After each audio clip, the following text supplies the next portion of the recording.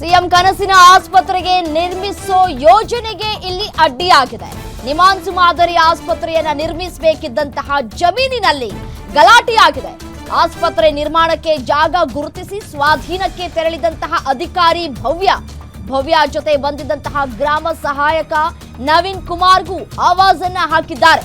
ಜಮೀನಿನಲ್ಲಿ ಅನಧಿಕೃತವಾಗಿ ಅಡಿಕೆ ಬೆಳೆದಿದ್ದಂತಹ ಪುಟ್ಟಸ್ವಾಮಿ ಯಾರನ್ನು ಕೇಳಿ ಆಸ್ಪತ್ರೆಗೆ ಜಮೀನನ್ನ ಮಂಜೂರು ಮಾಡಿದ್ದೀರಿ ಅಂತ ಹೇಳಿ ಪ್ರಶ್ನೆ ಮಾಡಿದ್ದಾರೆ. ಅಲ್ಲದೆ ಮೊದಲು ತಹಶೀಲ್ದಾರ್ ತಲೆ ತೆಗಿಬೇಕು ಅಂತ ಹೇಳಿ ಧಮಕಿಯನ್ನ ಹಾಕಿದ್ದಾರೆ. ನಿನ್ನನ್ನ ಇಲ್ಲಿಯೇ ಕೊಂದು ಹಾಕ್ತೀನಿ ಅಂತ ಹೇಳಿ ಬೆದರಿಸಿ ನಿಂದನೆಯನ್ನ ಮಾಡಿದ್ದಾರೆ. ಪುಟ್ಟಸ್ವಾಮಿಯ ದೌರ್ಜನ್ಯವನ್ನ ಸೆರೆ ಹಿಡಿತಾ ಇದ್ದಂತಹ ನವೀನ್ಗೆ ಆವಾಜ್ ಹಾಕಿ ಮೊಬೈಲ್ ಕಿತ್ಕೊಳ್ಳುವಂತಹ ಪ್ರಯತ್ನವನ್ನ ಕೂಡ ಮಾಡಿದ್ದಾರೆ. ಬಲವಂತವಾಗಿ ಮೊಬೈಲ್ ಕಿತ್ಕೊಂಡು ವಿಡಿಯೋವನ್ನ ಡಿಲೀಟ್ ಮಾಡಿದ್ದಾರೆ. ಪುಟ್ಟಸ್ವಾಮಿ ವಿರುದ್ಧ ದೂರನ್ನ ನೀಡಿದ್ದಾರೆ ಗ್ರಾಮ ಆಡಳಿತಾಧಿಕಾರಿ ಭವ್ಯ.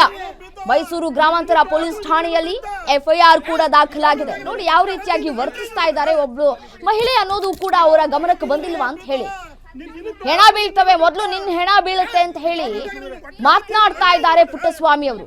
ಹೊಟ್ಟೆಗೆ ಏನ್ ತಿಂತೀರಿ ಅಂತ ಹೇಳಿ ಮಾತನಾಡ್ತಾ ಇದ್ದಾರೆ. ಇದನ್ನ ವಿಡಿಯೋ ಮಾಡುವಂತಹ ವ್ಯಕ್ತಿಗೂ ಕೂಡ ಆವಾಜ್ ಹಾಕಿದ್ದಾರೆ.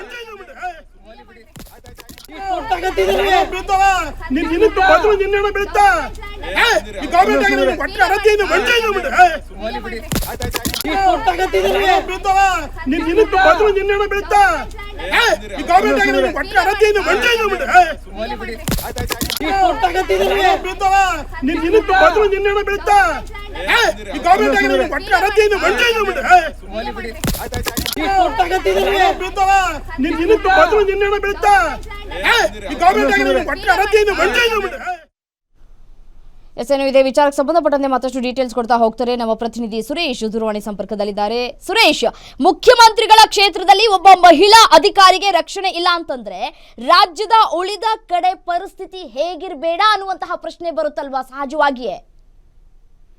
ಹೌದು ರಮ್ಯಾ, ಇದು ಸರ್ಕಾರಿ ಗೋಮಾಳಕ್ಕೆ ಸೇರಿದಂತ ಜಾಗ. ಮುಖ್ಯಮಂತ್ರಿ ಸಿದ್ದರಾಮಯ್ಯನವರು ತಮ್ಮ ತವರಿನಲ್ಲಿ ಬೆಂಗಳೂರಿನ ನಿಮಾನ್ಸ್ ಮಾದರಿಯಲ್ಲಿ ಇಲ್ಲಿ ಸುಮಾರು 20 ಎಕರೆ ಜಾಗದಲ್ಲಿ ಒಂದು ಆಸ್ಪತ್ರೆಯನ್ನ ನಿರ್ಮಾಣವನ್ನ ಮಾಡೋದಕ್ಕೆ ಪ್ಲಾನ್ ಅನ್ನ ಮಾಡಿದ್ದಾರೆ. ಅದಕ್ಕೆ ಜಾಗವನ್ನ ಗುರುತಿಸುವಂತ ಕೆಲಸವನ್ನ ಕೂಡ ಮೈಸೂರು ತಾಲೂಕಿನ ದಂಡಾಧಿಕಾರಿಯಾಗಿರ್ತಕ್ಕಂಥ ಮಹೇಶ್ ಅವರ ಹೆಗಲಿಗೆ ವಹಿಸಿದ್ದಾರೆ. ಈ ಹಿನ್ನೆಲೆಯಲ್ಲಿ ಮಹೇಶ್ ಅವರು ಸೇರಿದಂತೆ ವಿಲೇಜ್ ಅಕೌಂಟೆಂಟ್ಗಳು ಆ ಸ್ಥಳಕ್ಕೆ ಹೋಗಿ ತೆರಳಿ ಪರಿಶೀಲನೆಯನ್ನ ಮಾಡುವಂತ ಸಂದರ್ಭದಲ್ಲಿ ಈಗೊಂದು ಘಟನೆ ನಡೆದಿದೆ. ಅಂದ್ರೆ ಡಿಸೆಂಬರ್ 31ರಲ್ಲಿ ನಡೆದಂತ ಘಟನೆ ಇದೀಗ ತಡವಾಗಿ ಬೆಳಕಿಗೆ ಬಂದಿದೆ. ಸರ್ವೆ ನಂಬರ್ 8ರಲ್ಲಿ 5 ಎಕರೆ 5 ಗುಂಟೆ, ಸರ್ವೆ ನಂಬರ್ 60ರಲ್ಲಿ 6 ಎಕರೆ 10 ಗುಂಟೆ, ಸರ್ವೆ ನಂಬರ್ 68ರಲ್ಲಿ 8 ಎಕರೆ 25 ಗುಂಟೆ ಸೇರಿದಂತೆ ಒಟ್ಟು 20 ಎಕರೆ ಜಾಗವನ್ನ ಮೀಸಲಿಡೋದಕ್ಕೆ ಈ ಒಂದು ಪ್ಲಾನ್ ಅನ್ನ ಮಾಡೋದಕ್ಕೆ ಹೊರಟಿದ್ರು. ಈ ಹಿನ್ನೆಲೆಯಲ್ಲಿ ಗ್ರಾಮಾಡಳಿತ ಅಧಿಕಾರಿಯಾಗಿರ್ತಕ್ಕಂಥ ಭವ್ಯ ಹಾಗೂ ನವೀನ್ ಅವರು ತೆರಳುವಂತಹ ಸಂದರ್ಭದಲ್ಲಿ ಜಮೀನಿನಲ್ಲಿ ಅನಧಿಕೃತವಾಗಿ ಬೆಳೆಯನ್ನ ಬೆಳೆದಿದ್ದಂತಹ ಪುಟ್ಟಸ್ವಾಮಿ ಎಂಬಾತ ದಿಢೀರ್ ಪ್ರತ್ಯಕ್ಷವಾಗಿ ಯಾರನ್ನ ಕೇಳಿ ಇಲ್ಲಿ ನಿಮಾನ್ಸ್ ಆಸ್ಪತ್ರೆಯನ್ನ ಮಾಡೋದಕ್ಕೆ ಮಂಜೂರು ಮಾಡೋದಕ್ಕೆ ಹೊರಟಿದ್ದೀರಿ, ಯಾರನ್ನ ಕೇಳಿ ನೀವು ಈ ಭೂಮಿಯನ್ನ ನೀವು ವಶಕ್ಕೆ ಪಡ್ಕೊಳ್ಳೋದಕ್ಕೆ ಬಂದಿದ್ದೀರಿ ಅನ್ನೋ ಒಂದು ಏಕವಚನದಲ್ಲಿ ಮಾತನಾಡಿ ಏನು ಅವಾಚ್ಯ ಶಬ್ದಗಳಿಂದ ತುಚ್ಛವಾದಂತಹ ಭಾಷೆಯಿಂದ ಆ ಮಹಿಳಾ ಅಧಿಕಾರಿಗೆ ನಿಂದಿಸಿ ಆ ಮೊಬೈಲ್ ಅನ್ನ ರೆಕಾರ್ಡ್ ಮಾಡ್ತಾ ಇದ್ದಂತಹ ನವೀನ್ ಏನಿದ್ದಾನೆ ಆತನ ಮೊಬೈಲ್ ಅನ್ನ ಕಿತ್ಕೊಂಡು ಅದರಲ್ಲಿರುವಂತಹ ಒಂದಷ್ಟು ವಿಡಿಯೋಗಳನ್ನ ಡಿಲೀಟ್ ಮಾಡುವಂತ ಕೆಲಸವನ್ನು ಕೂಡ ಮಾಡಿದ್ರು. ಸ್ಥಳಕ್ಕೆ ಹೋದಂತಹ ಅಧಿಕಾರಿಗಳಿಗೆ ಹಲ್ಲೆ ಮತ್ತೆ ಕೊಲೆ ಯತ್ನ ಜೊತೆಗೆ ಕರ್ತವ್ಯಕ್ಕೆ ಅಡ್ಡಿ ಕೇಸ್ನಲ್ಲಿ ಮೈಸೂರಿನ ಗ್ರಾಮಾಂತರ ಠಾಣೆಯಲ್ಲಿ ಪ್ರಕರಣವನ್ನ ದಾಖಲು ಮಾಡಲಾಗಿದೆ. ಪ್ರಕರಣಕ್ಕೆ ಸಂಬಂಧಪಟ್ಟಂತೆ ಈ ಆರೋಪಿ ಏನಿದ್ದಾನೆ ಪುಟ್ಟಸ್ವಾಮಿಯನ್ನ ವಶಕ್ಕೆ ಮೈಸೂರಿನ ಗ್ರಾಮಾಂತರ ಠಾಣಾ ಪೊಲೀಸರು ವಶಕ್ಕೆ ಪಡೆದುಕೊಂಡು ವಿಚಾರಣೆಯನ್ನ ಮಾಡಿದ್ದಾರೆ. ಹೀಗಾಗಿ ಸರ್ಕಾರಿ ಸಾರ್ವಜನಿಕರ ಆಸ್ತಿಯಲ್ಲಿ ಅನಧಿಕೃತವಾಗಿ ಅಡಿಕೆ ತೋಟ ನಿರ್ಮಾಣ ಮಾಡ್ಕೊಂಡಿದ್ದು ಅಲ್ಲದೆ ಅಧಿಕಾರಿನ ಕೊಲ್ತೀನಿ ಅಂತ ಹೇಳಿ ಬೆದರಿಕೆ ಹಾಕುವಂತಹ ಧೈರ್ಯ ಇವರುಗಳಿಗೆ ಎಲ್ಲಿಂದ ಬರುತ್ತೆ ಅಂತ ಹೇಳಿ?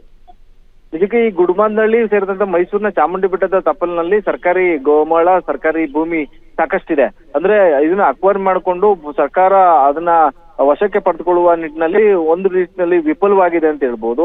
ಬಹಳಷ್ಟು ಮಂದಿ ಆ ಜಾಗ ನಮ್ಮದೇ ಅಂತ ಹೇಳಿ ಇಲ್ಲಿವರೆಗೂ ಕೂಡ ಸಾಕಷ್ಟು ಮಂದಿ ಉಳುಮೆಯನ್ನ ಮಾಡ್ತಿದ್ದಾರೆ. ಹೀಗಾಗಿ ಆ ಜಾಗ ಸರ್ಕಾರಕ್ಕೆ ಸೇರಿದ್ದು, ಜೊತೆಗೆ ಅವರಿಗೆ ಡಾಕ್ಯುಮೆಂಟ್ಗಳಿಲ್ಲ, ಜೊತೆಗೆ ವೈಲೇಷನ್ ಅನ್ನ ಮಾಡಿ ಭೂಮಿಯನ್ನ ವಶಕ್ಕೆ ಪಡ್ಕೊಂಡಿದ್ದಾರೆ. ಹೀಗಾಗಿ ಅವರನ್ನ ತಡೆಯೋಕೆ ಹೋದಂತ ಸಂದರ್ಭದಲ್ಲಿ ಭೂಮಿ ಕೈ ತಪ್ಪುತ್ತೆ ಅನ್ನೋ ಒಂದು ಭಯದಲ್ಲಿ ಅವರನ್ನ ಸರ್ಕಾರಿ ಅಧಿಕಾರಿಗಳಿಗೆ ಹಲ್ಲೆಯನ್ನ ಮಾಡೋದು, ಕರ್ತವ್ಯಕ್ಕೆ ಅಡ್ಡಿಯನ್ನ ಪಡಿಸೋದು ಜೊತೆಗೆ ನಿಂದನೆಯನ್ನ ಮಾಡುವಂತ ಕೆಲಸವನ್ನು ಕೂಡ ಮಾಡ್ತಿದ್ದಾರೆ.